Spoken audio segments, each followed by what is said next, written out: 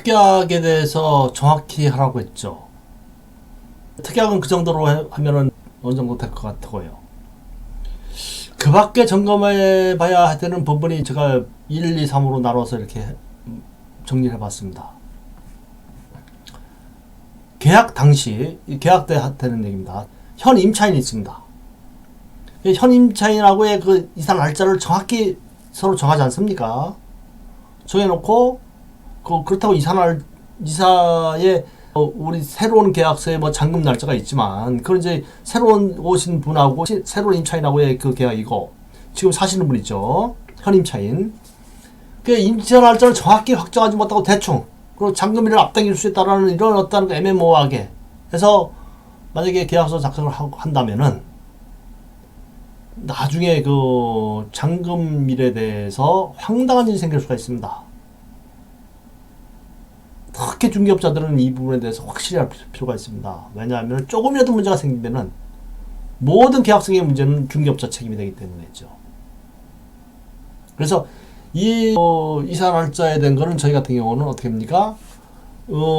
저희가 그 현 임차인한테 그 확정해서 문자를 보내고 녹취하죠. 그리고 임대인한테도 또 한 번 시킵니다, 저희가. 임대인도 별도로. 저희가 그런 식으로 한번 확정을 하고 또 임대인도 임대인 나름대로 현 임차인한테 전화라든가 녹취라든가 문자 보내서 다시 확정시키죠. 이중으로 이렇게 안전장치를 해놓고 있습니다. 그러다 보니까 이런 문제는 그렇게 그냥 그날이 바로 뭐 나중에 딴 말 하지 않죠. 왜요? 저희하고 확정했고 임대인하고 확정했기 때문에요. 그래서 이런 식으로 하면은 틀림이 없습니다. 다음 중개수수료 일명 복비죠.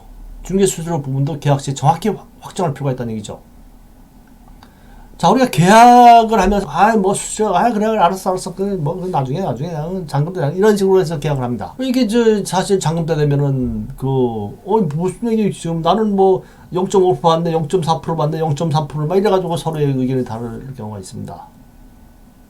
그래서 이거로 인해서 나름대로의 얼굴 붉히는 일이 많은데, 그래서 계약 때 확정하는 게 좋은데, 다행스럽게 올해 2020년부터 2월부터 중개사물 확인 설명서에 우리 협회에서 중개 보수 지급 시기를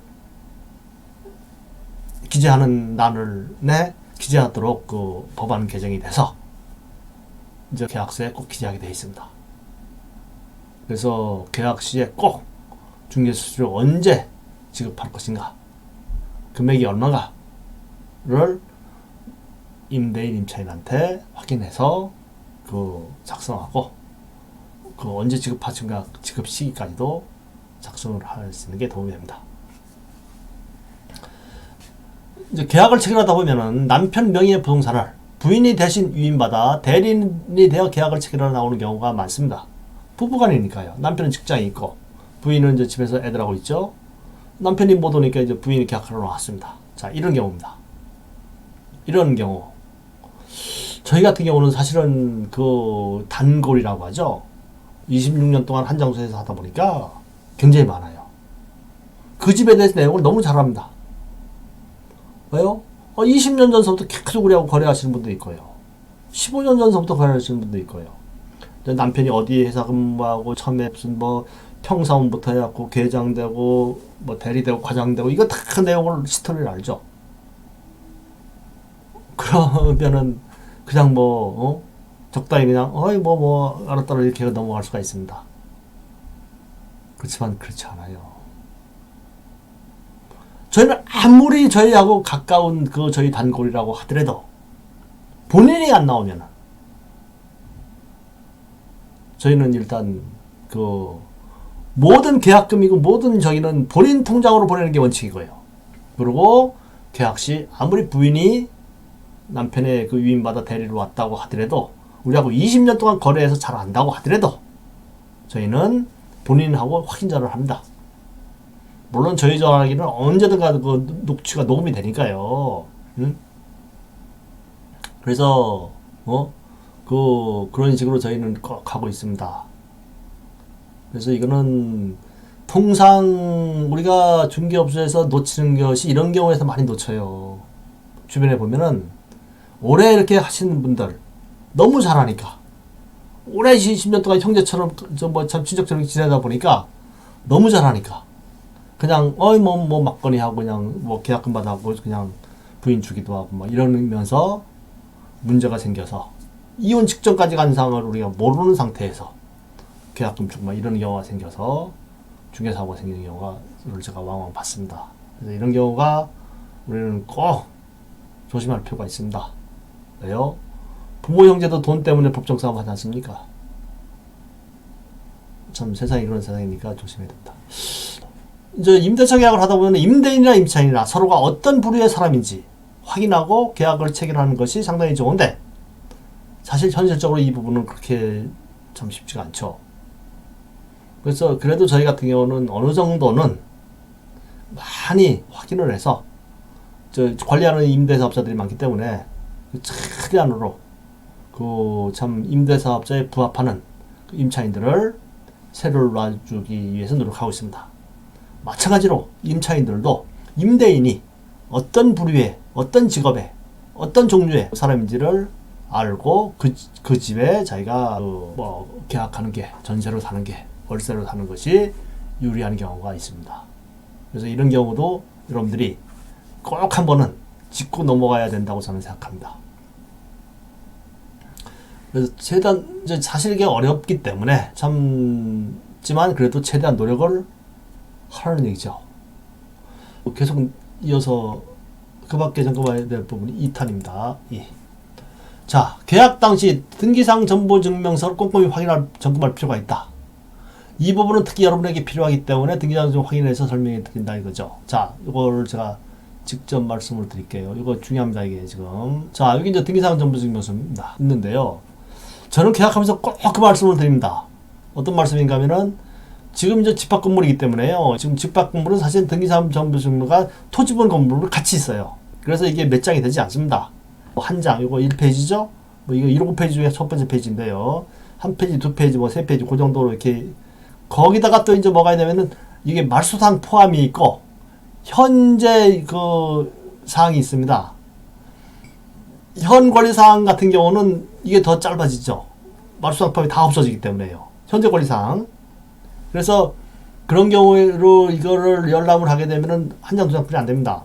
근데 이제 이것이 그 상가라든가 아니면 토지라든가 아니면 뭐 공장이라든가 이렇게 큰 저기 같은 경우는 토지 건물 따로 있고 막 이러다 보니까 이것이 양이 많아요.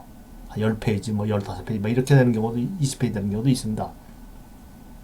자, 제가 저희 사무실에 계약하는 그 신혼부부들이라든가 젊은 친구들한테 꼭 이거를 등기사항 정보증명서를 계약할 때 참 그 시간으로 열람을 한 걸 보여주면서 설명을 하면서 제가 확인시켜 드리는 게 있습니다. 물론 동호수 확인이 기본이고요. 여러분들도 제가 이 시간을 빌어서 꼭 말씀을 드릴게요. 보시면은 이겁니다. 바로 열람 일시입니다. 이런 일시 하고 1년 번호예요. 열람 일시하고 1년 번호. 1년 번호. 열람 일시하고 1년 번호 요거는 꼭 여러분들이 확인하셔야 됩니다. 지금 연, 월, 일, 시, 분, 초까지 나와요. 첫 번째 페이지입니다. 다음 보실까요? 다음 보시면은요. 자, 이게 두 번째 페이지입니다. 또 연, 월, 시 하고 두 번째 페이지. 또 다음 보시면은 세 번째 페이지. 연, 월, 시 이렇게 나오거든요. 자, 왜 이걸 강조하는가 하면은요. 이유가 있습니다. 자, 한번 주의깊게 보십시오. 이게 많아요. 많다 보면은 중간에 이게 지금은 이제 표제부 값 걸고 나오거든요. 그 한 장을 이제 3페이지, 4페이지 뭐 아주 그 권리 문제가 딱 들어있는 그거를 빼고 다른 걸 넣는다는 얘기죠. 그냥 넘어가면 찾기가 쉽지가 않습니다, 사실은. 그래서 제가 젊으신 분들, 젊은 친구들, 신혼부부들한테 이걸 강조 많이 해요. 앞으로 살아갈 일이 많은데 요 부분 열람 일시하고 1년 번호를 꼭 확인하면서 등기사항 정보증명서를 확인해라. 그게 기본이거든요.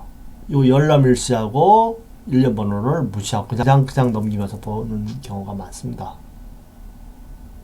지금 제 방송을 듣고 있는 여러분들은 이후 부동산 계약을 할 때는 꼭 요 열람일시하고 1년 번호를 확인을 하시기 바랍니다. 그래서 부동산 사고를 줄이는 한 방법입니다. 이것이. 이거 확인을 했고요. 자, 다음은 마을도 많고 탈이 또 많은 다가구 주택에 대해서 한번 알아보도록 하죠. 6번 파였습니다. 현황상 위반 건축물입니다. 건축물 대장하고 실제 건축물 간의 차이. 건축물 대장에는 적법하지만 실제로 위법이라는 얘기죠. 뭐 이제 위법 건축물이죠. 네? 이런 경우입니다. 이때 어떡하냐 이거죠. 이때 공인중개사 분들, 계약서 작성하시는 분들은요, 중개인은 이거 반드시 설명을 하고, 네, 확인 설명서에 기재해야 된다는 얘기죠. 이 부분에 설명을 안 하면 안 됩니다. 자, 다음은 뭡니까? 다음은 말도 많고 탈도 많이 나는 다가구 주택. 참, 다가구 주택 참 고라픕니다, 이거. 아마 중개사고에서 다가구 주택에 대해서 사고가 제일 많이 난다고 해도 과언이 아닐 거예요. 다가구 주택. 뭡니까? 쉽게 말해서. 그 건물에, 열리면 빌라에 많이 가구가 있죠. 집주인은 뭡니까? 한 명이에요. 이 다세대하고 달라요. 예. 다세대 같은 경우는 이 각각의 그 집주인이 다 있다는 얘기죠. 다가구는 집주인 하나라는 얘기예요. 이런 경우가 쉽게 제가 설명을 해드렸습니다. 다가구 다주택.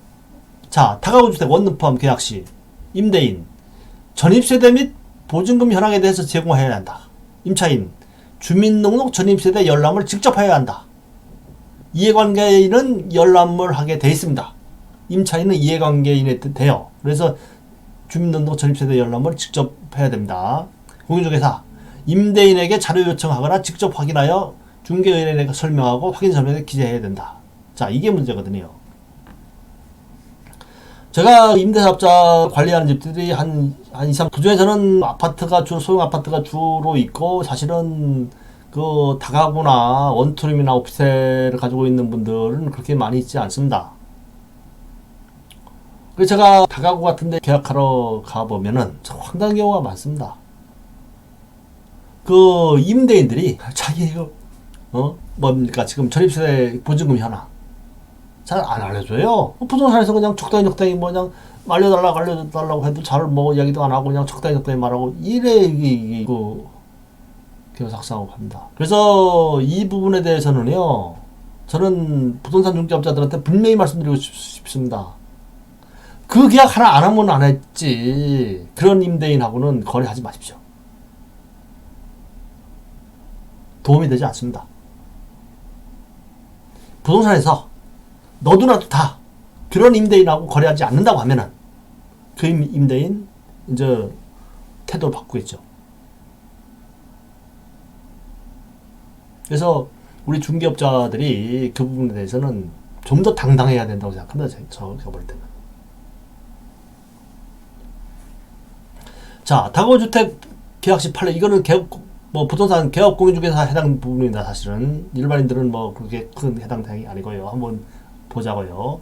개업 공인중개사는 다가구주택의 일부에 대한 임대차 계약을 중개함에 있어서 임차 의뢰인에게 부동산 등기부상에 표시된 중개 등을 권리관계 등을 확인 설명하는 데 그쳐서는 아니 되고, 임대 의뢰인에게 그 다가구 내에 이미 거주해서 살고 있는 다른 임차인들의 임대차 계약 내역 중 개인정보에 관한 부분을 제외하고, 개인정보에는 필요 없죠. 그거는 제외하고 임대차 보증금, 임대차의 시기와 종기 등에 관한 부분의 자료를 요구하여 이를 확인한 다음 임차 의뢰인에게 설명하고 그 자료를 제시해야 한답니다. 판례입니다. 판례 이거. 만약에 이거를 제대로 못해가지고 계약을 체결했을 때 사고가 났다. 그러면은 미안한 말씀이지만 책임을 묻게 된다는 얘기죠.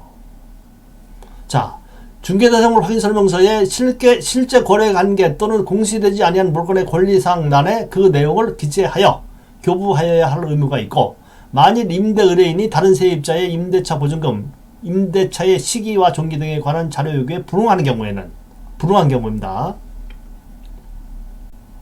임대 의뢰인이 불응한 경우 그 내용을 이 중개대상물 확인 설명서에 기재하여야 할 의무가 있다 이거죠. 임대인이 내용 안 했어요. 안 알려줘요. 그러면은 중개사물 확인 설명서에 그 내용을 그대로 기재하라는 얘기입니다. 그것이 대법원 판례가 2012년 1월 22일 선고, 2011 다 638578개월 나온 게 있습니다. 그래서 다가구를 주로 많이 하는 우리 중개업자들, 제가 이 자리에서 말씀드리겠는데요. 이 부분에 대해서는 또다시 강조해 말씀드리지만, 하나 안 하면 안 했지, 그런 그 임대인들하고는 거래하지 마십시오. 그리고 그래야지만이 그 우리 임차인들도 그런 중개업자 믿고 당당히 그 참 자기의 그 재산을 맡기죠. 그렇지 않습니까?